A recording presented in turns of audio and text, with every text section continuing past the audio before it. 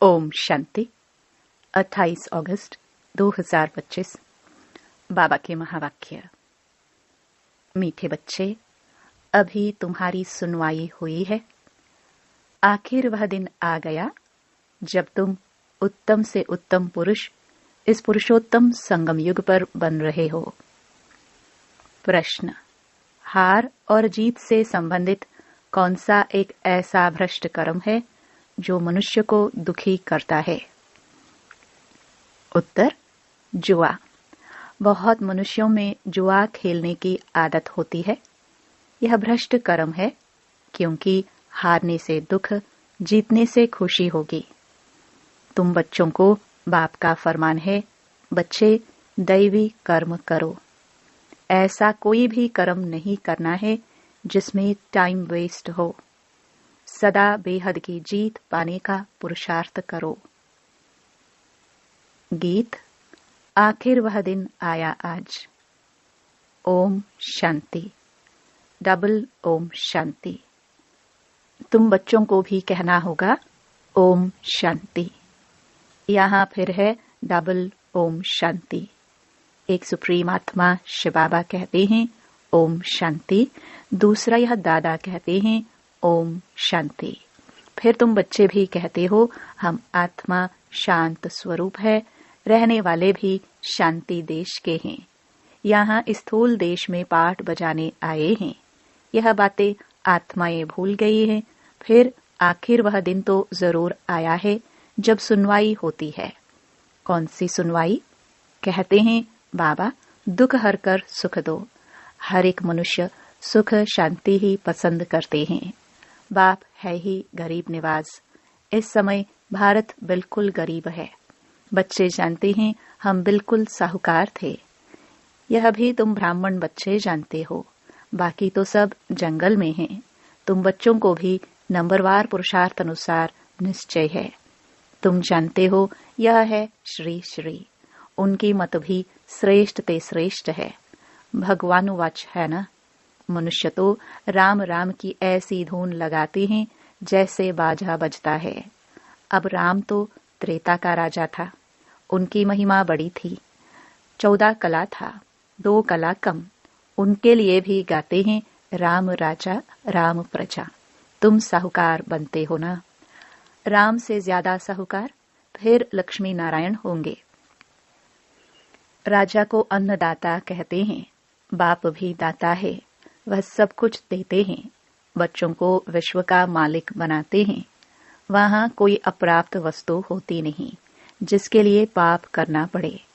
वहां पाप का नाम नहीं होता। आधा कल्प है दैवी राज्य, फिर आधा कल्प है आसुरी राज्य। असुर अर्थात जिनमें देह अभिमान है, 5 विकार है।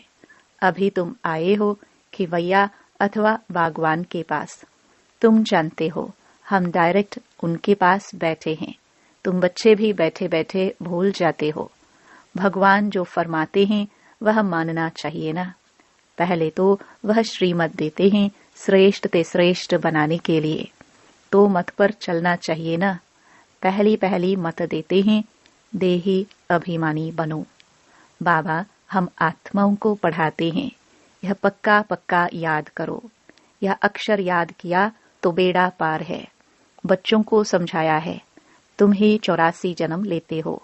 तुम ही तमो प्रधान से सतो प्रधान बनते हो। यह दुनिया तो पतित दुखी है। स्वर्ग को कहा जाता है सुखधाम। बच्चे जानते हैं शिव बाबा भगवान हमको पढ़ाते हैं। उनके हम स्टूडेंट हैं। वह बाप भी है, टीचर भी है, तो पढ़ना भी अच्छी रीति चाहिए। दैवी कर्म भी चाहिए। कोई भ्रष्ट कर्म नहीं करना चाहिए। भ्रष्ट कर्म में जुआ भी आ जाता है। यह भी दुख देते हैं। हारा तो दुख होगा, जीता तो खुशी होगी। अभी तुम बच्चों ने माया से बेहद की हार खाई है। यह है भी बेहद के हार और जीत का खेल। 5 विकारों रूपी रावण से हारे हार है। उन पर जीत पानी है। माया ते हारे हार है। अब तुम बच्चों की जीत होनी है। अब तुमको भी जुआ आदि सब छोड़ देना चाहिए। अब बेहद की जीत पाने पर पूरा अटेंशन देना चाहिए। कोई भी ऐसा कर्म नहीं करना है, टाइम वेस्ट नहीं करना है। बेहद की जीत पाने के लिए पुरुषार्थ करना है। कराने वाला बाप समर्थ है, वह है सर्वशक्तिमान।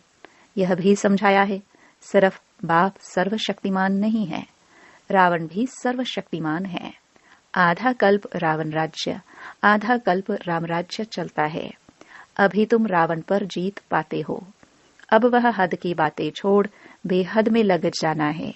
खिवैया आया है, आखिर वह दिन आया तो है ना। पुकार की सुनवाई होती है ओंच ते ओंच बाप के पास। बाप कहते हैं, बच्चे तुमने आधा कल्प बहुत धक्के खाए हैं, पतित बने हो। पावन भारत शिवालय था, तुम शिवालय में रहते थे, अभी तुम वेश्यालय में हो। तुम शिवालय में रहने वालों को पूजते हो। यहाँ इन अनेक धर्मों का कितना घमसान है। बाप कहते हैं, इन सब को मैं खलास कर देता हूँ।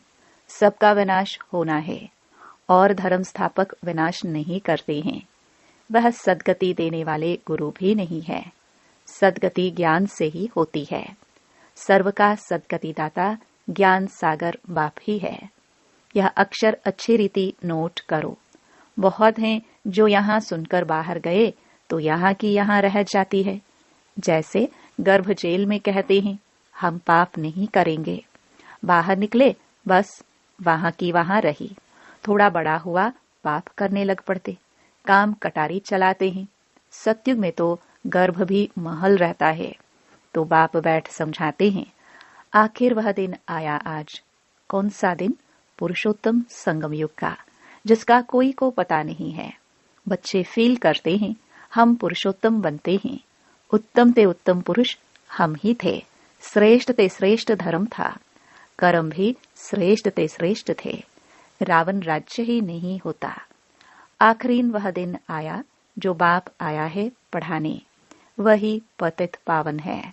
तो ऐसे बाप की श्रीमत पर चलना चाहिए ना।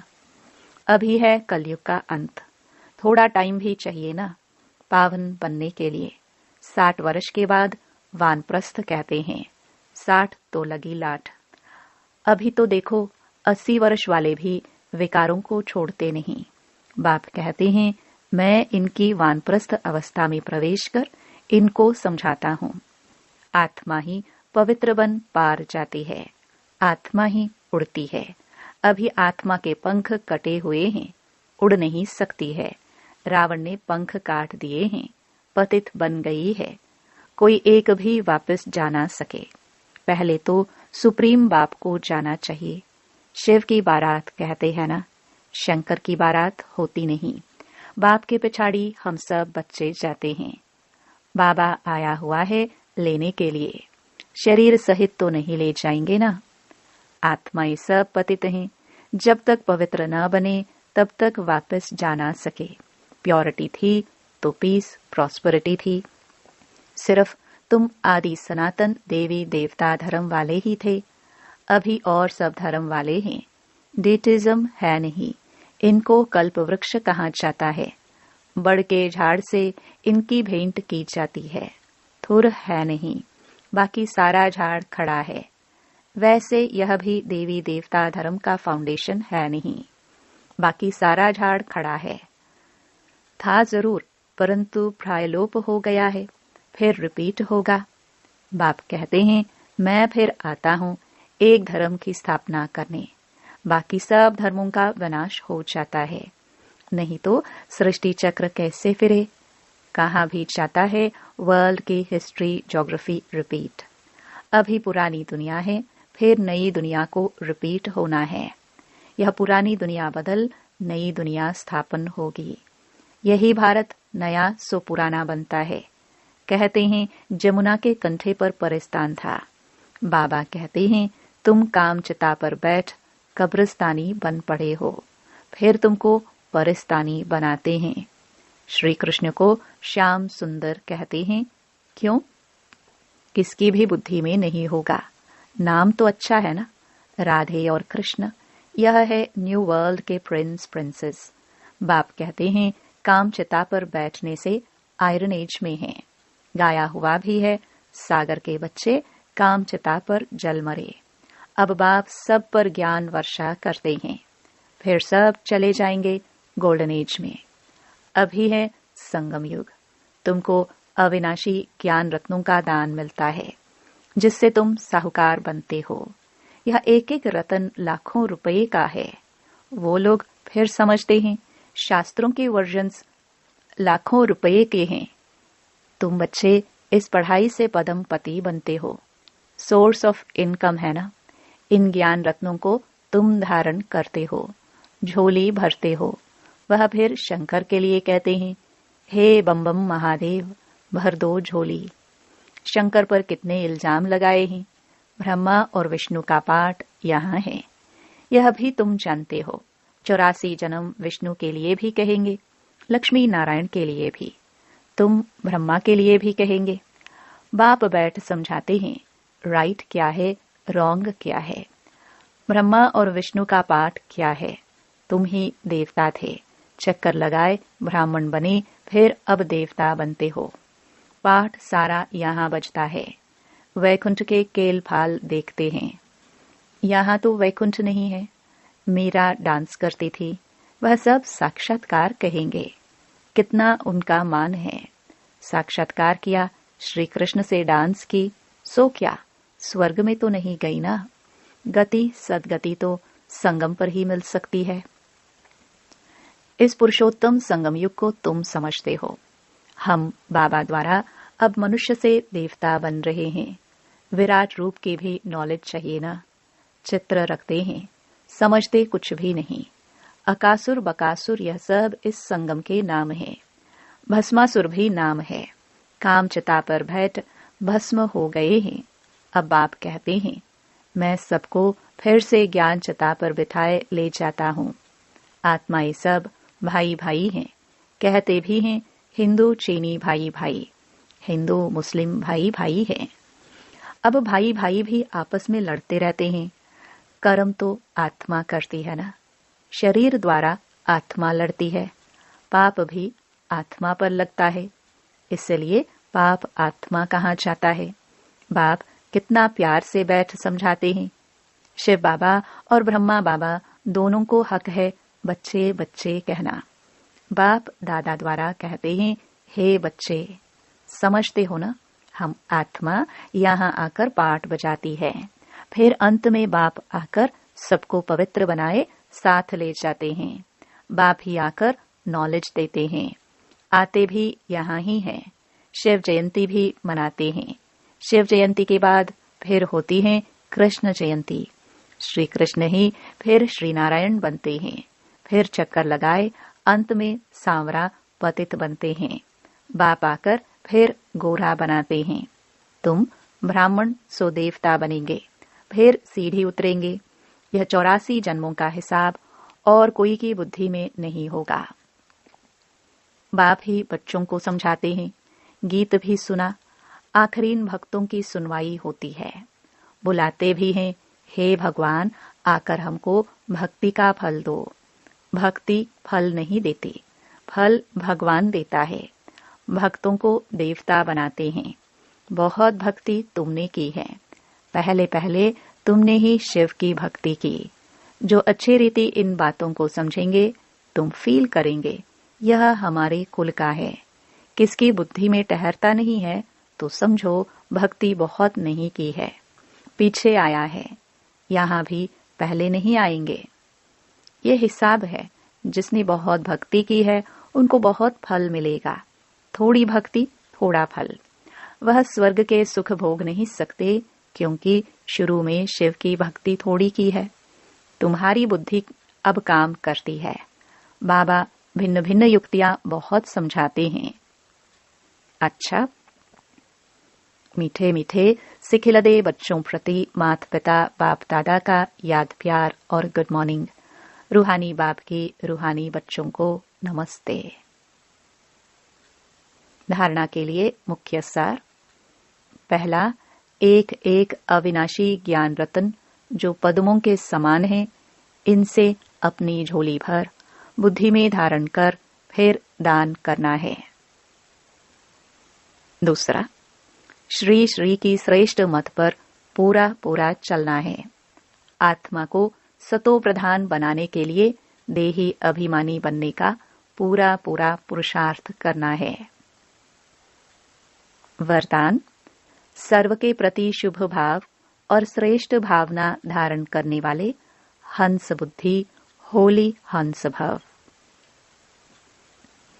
हंस बुद्धि अर्थात सदा हर आत्मा के प्रति श्रेष्ठ और शुभ सोचने वाले, पहले हर आत्मा के भाव को परखने वाले और फिर धारण करने वाले।